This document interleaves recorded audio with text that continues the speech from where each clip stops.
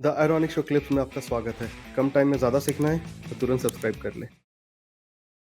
Sir मैंने personally अपने family में अपने नोन में मैंने देखा है डायबिटीज़ का एक वो जो स्केरी एस्पेक्ट होता है ना, हम्म नॉर्मली टिपिकली लोग समझते हैं डायबिटीज़ है, आप शुगर कंट्रोल कर लो, ये छोड़ कर लो, वो कर लो, यार यार इतना कुछ बात नहीं है, जो जनरली बहुत एक मिसकंसेप्शन भी मैं कहूँगा अपने एंड से, अगर मैं थोड़ा अपना एक्सपीरियंस इसमें ऐड कर सकूँ, जो मैंने अपने फैमिली में देखा है। बट मैंने वो डायबिटीज़ का एक स्केरी साइड भी देखा है।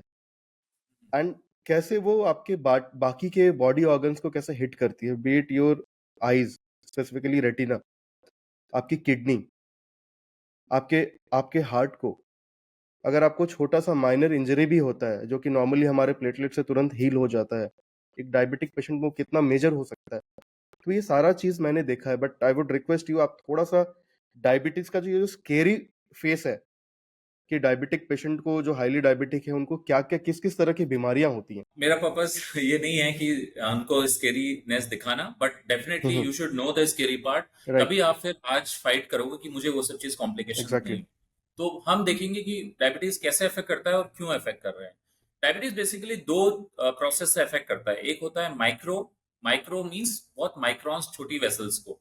तो एक होते हैं माइक्रोवेस्कुलर कॉम्प्लिकेशन जो छोटी वेसल्स के होते हैं, और एक होते हैं मैक्रोवेस्कुलर जो थोड़ी स्लाइटली चौड़ी वेसल्स के होते हैं।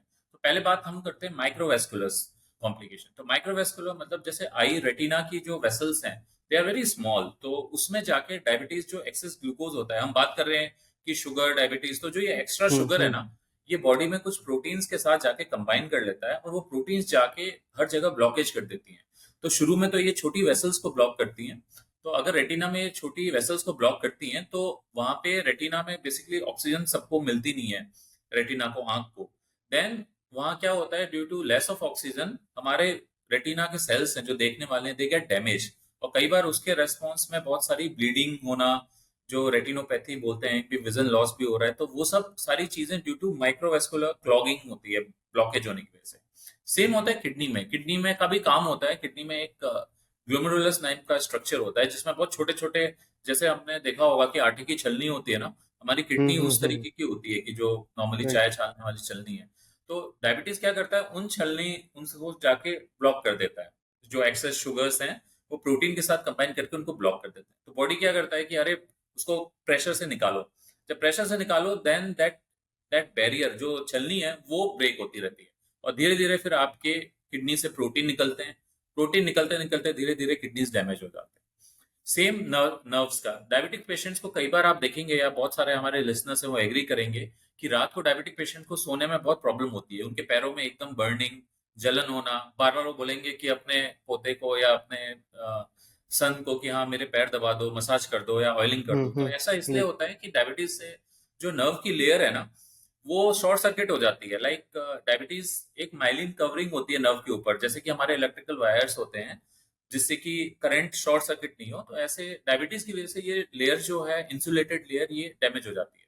तो हमारे नर्व्स क्या करते हैं, वो एबनॉर्मल फायरिंग करते रहते हैं। तो जब फायरिंग करेंगे तो पेशेंट को इलेक्ट्रिक शॉक लाइक सेंसेशन, जैसे सुई चुभाना है वैसा लगेगा, या जैसे करंट है उस तरीके से लगेगा।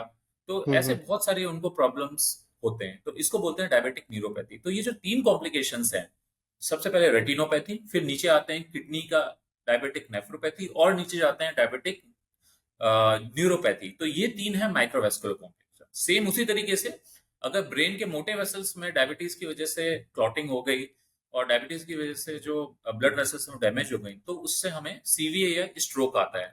नीचे आते हैं तो हार्ट अटैक या एमआई, जो मायोकार्डियल इंफार्क्शन है, वो आता है।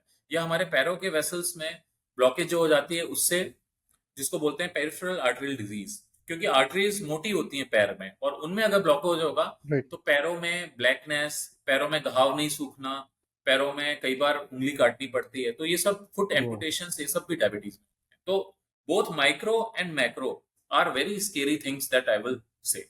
मतलब चीजें इतनी खराब हो जाती है कि वहाँ पे आपको एम्पुटेशन तक चले जाना पड़ता है। एम्पुटेशंस डायबिटीज नंबर वन कॉज है इन्फेक्शंस और एम्पुटेशंस होने का। लोग रियलाइज नहीं करते, लेकिन जब पेशेंट्स एक से उधर मतलब इधर उधर घूमते हैं टू हम्म हम्म ऑर्थोपेडिशियंस या वेस्कुलर सर्जन, जो कि आर्टरीज की ब्लॉकेज को ठीक करते हैं, तब उन्हें पता हम्म चलता है कि अरे, मुझे तो अनकंट्रोल डायबिटीज है।